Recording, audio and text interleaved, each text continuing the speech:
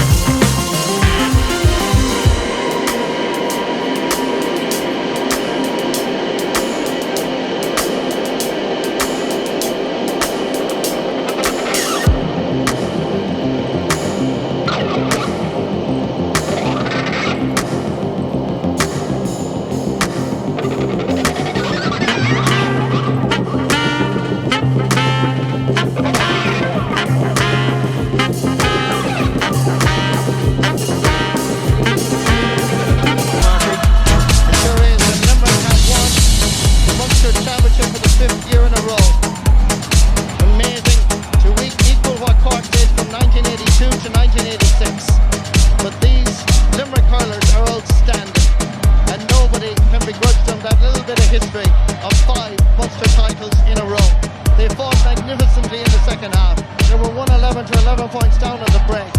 They dominated the second half, and yet Clare stuck in, and they were still within a shouting distance, within 1 point of the Munster and All-Ireland champions.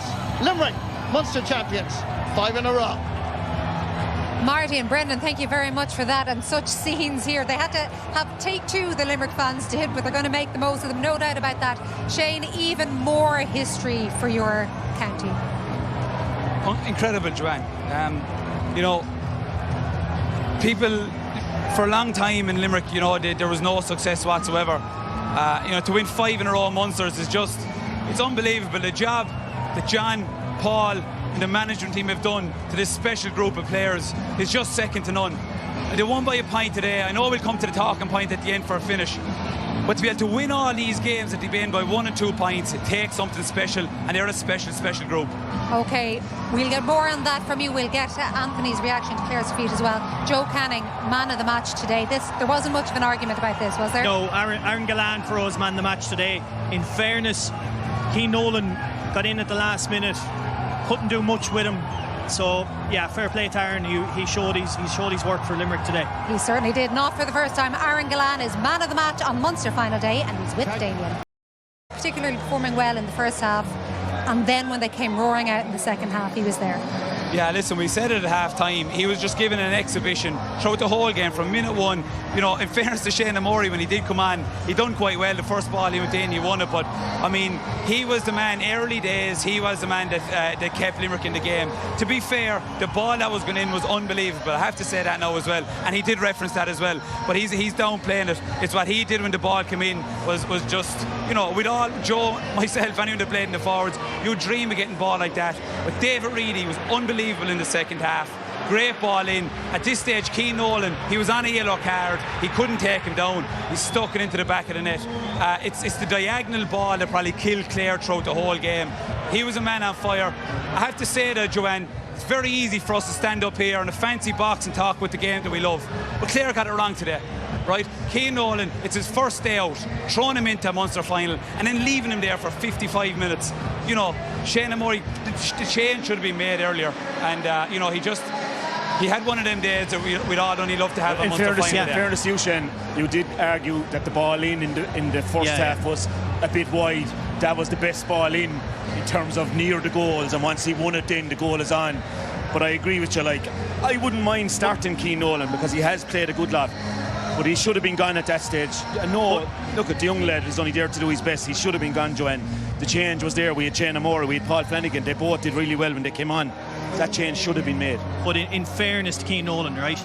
No matter if you had any cornerback in there, if you had Sean Finn in there, he couldn't handle Aaron Gallant today. The ball going in is so good. There's only so much a cornerback can do. I know they can gamble, but Gallant is so good in behind as well that if they change it up and hit it in long, he's under pressure. The problems happened out the field. I wouldn't necessarily blame Cian Nolan. The problems happened out the field that Limerick had the time to hit great ball in. 100%, Joe. That didn't lose the match, Joanne, as we've seen. It's the misses Clare had lost the match. Yeah, From Clare point of view, credit to Limerick. Great champions find a way, and they did. What do you think about that, Joe, saying the issues, Shane, were out the field for Clare?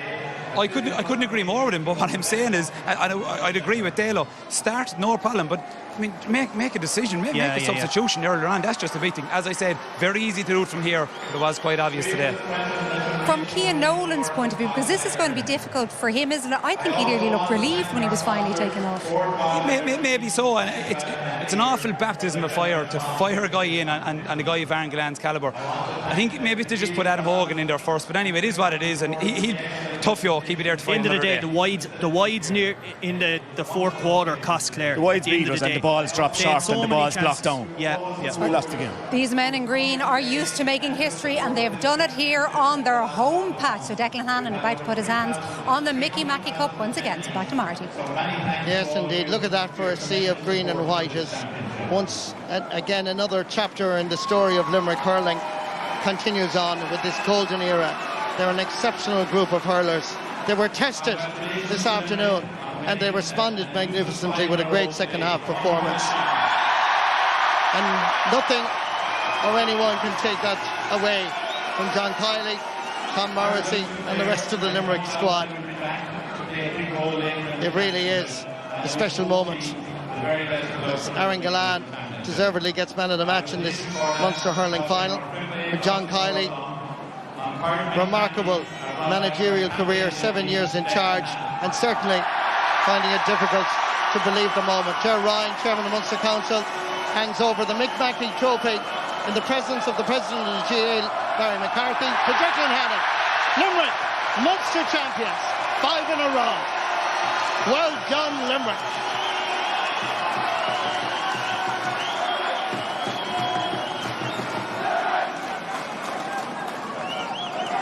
Tá ná Sorum an Coran Shaw Glacha son Ferran Limney.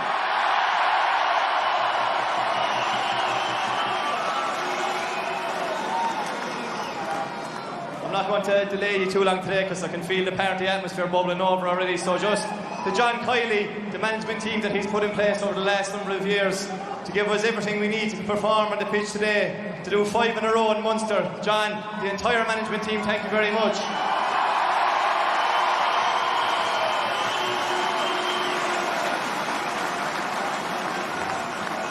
To our fantastic sponsors, JP and Norrie McManus, the McManus family, for their continued support. Only for you wouldn't be here at all. I hope you're enjoying these days.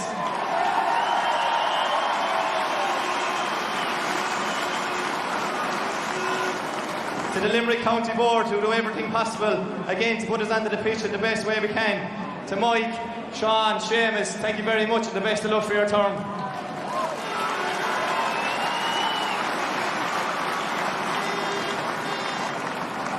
To all the players' families, wives, partners, girlfriends, partners, everything. The much you put up with is amazing. We thank you from the bottom of our heart. We can't wait to celebrate with you later on.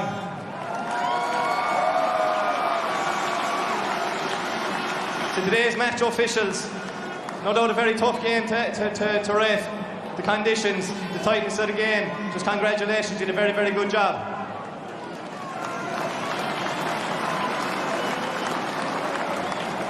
To Claire and your incredible supporters that came here in numbers today. Another titanic battle with you. We wish you the best of luck for the rest of the year. We might meet with you again.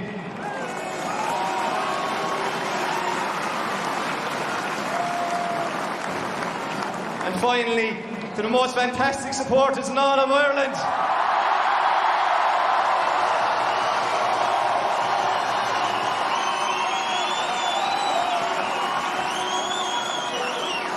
To see a green and white is absolutely special to see. Us as players are not getting tired of these days. We hope you never get tired of them either. Limerick Camoo!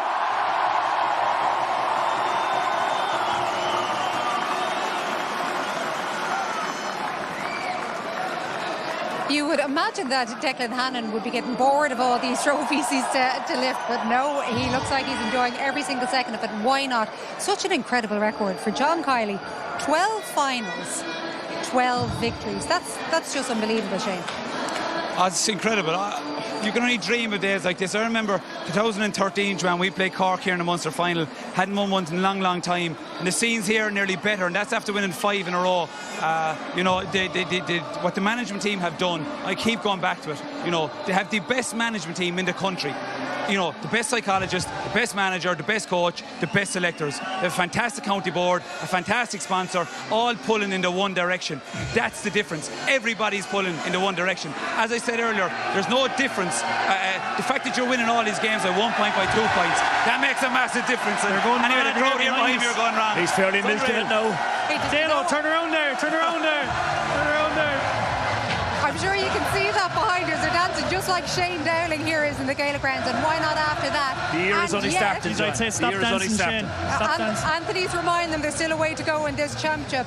Having said that, and for all of these celebrations that are going on here, and for all of what Shane just said about everybody pulling in one direction, will Clare feel very, very hard done by the fact that they did not get quite a straightforward free to level things at the very end? Yeah, I suppose we have to talk about it, right? It was at the very end. Clare tried to turn the ball over here, shin it on, but watch Tony Kelly straight in. Peter Casey, I think it was, got him. And here, even just after this, they win the ball back. Shanahan gives it to Hogan, goes through. William O'Donoghue takes him out high. We have to talk about it. They were 2 frees they probably should have got. Like, people say, the end of the game, 1 point game, but you know, that's life, I'm afraid. Dalo will probably speak with, you know, It's chaos at the end, though. I mean, the quick puck out should have been allowed to be taken with the pitch invasion, John. Clear the fields. 2 frees there should have been given.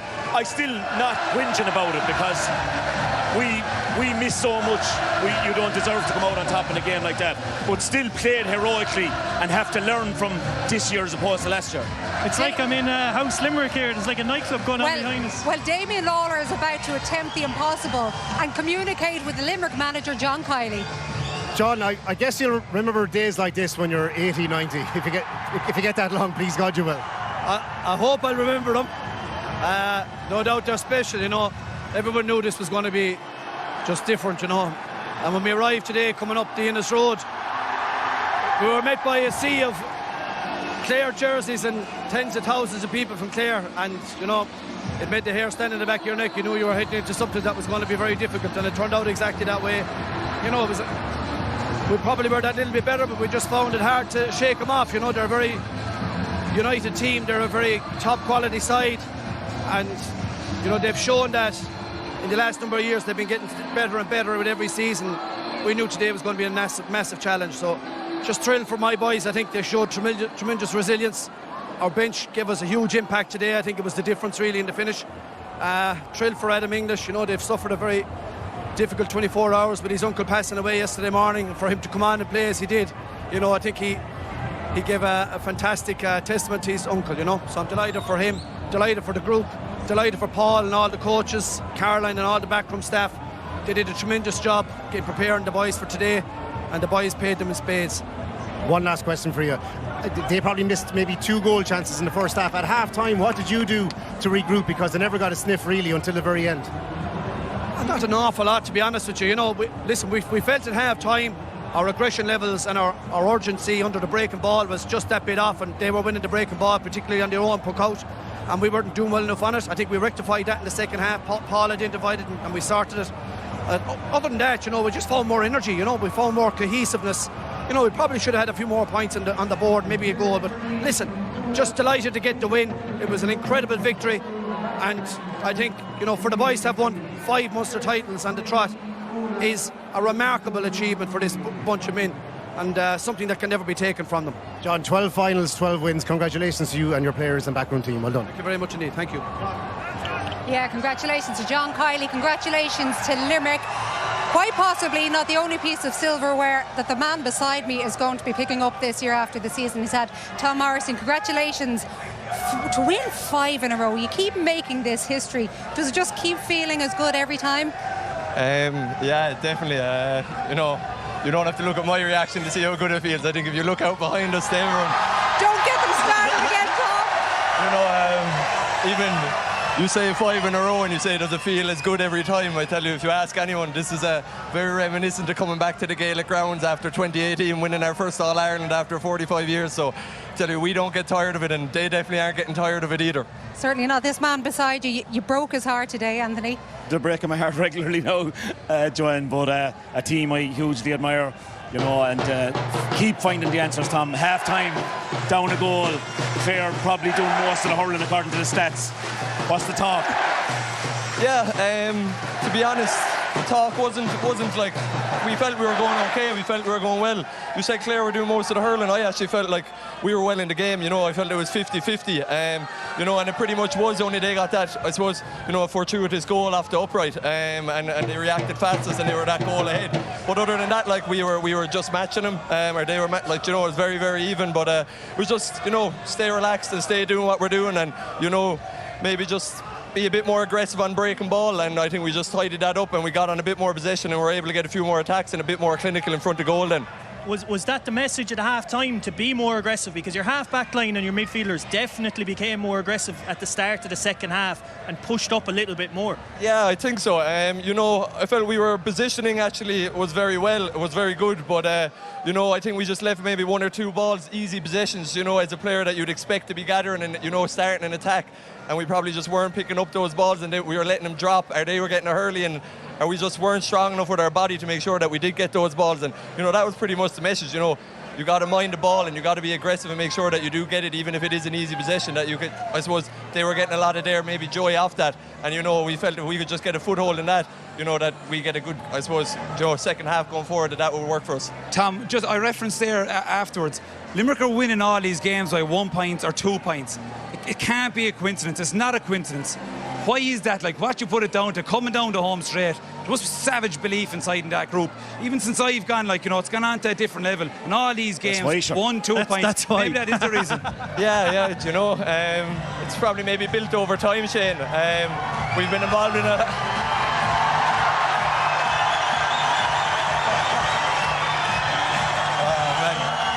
The DJ's doing a good job today now, we can barely hear. Spike, is it? But we've been involved in a lot of these games throughout the year, Shane, yourself. And I think 2018 and everything's kind of bounced since then. You gain confidence. We've been in that situation, as you say, this year alone so many times, but the last 5, 6, 7 years so many times as well. And look, we haven't come out the right side every day. We lost to Clare a few weeks ago by a point here in the Gaelic grounds. We lost to Kilkenny in 2019. But yeah, majority of the time, we still remain calm and composed coming down that home stretch. And, we have full belief that what we do will get us over the line. Good bit of water to still flow under the bridge, Tom. Sorry? Good bit of water to still go under the bridge, but could you see a third day in July? Yeah, sure. Both teams had a very good Munster campaign. Only a point has separated us so far. I think, whoever's going to be in, I suppose, the last 4 when we're there are going to be 4 very, very good teams. The Leinster teams will have a big say in this championship as well. What's happening in Leinster? Nobody knows that talk about Munster, but we've had just last year against Galway and Kilkenny put us right to the edge of our collar as well in just last year alone. So it's been a brilliant championship so far, and I think as a spectator and as a player, it's just been brilliant to be involved in and brilliant to watch and enjoy. I don't think that was so much a question as a threat, Tom. Finally, is it more difficult, you think, to get through the Clare defence or that crowd to get back to your teammates? I say it'll be a tough enough job to get back to my teammates now. He's never getting back. They are noisy and they are many. Tom Morrissey, thank you so much. Celebrations here in Limerick, they are likely to go on for a very, very long time. Tom and Shane are off to join them while we introduce a Kilkenny man into the mix in studio. Should make for an interesting backdrop for the build-up to our second provincial final, Kilkenny versus Galway, live from Croke Park.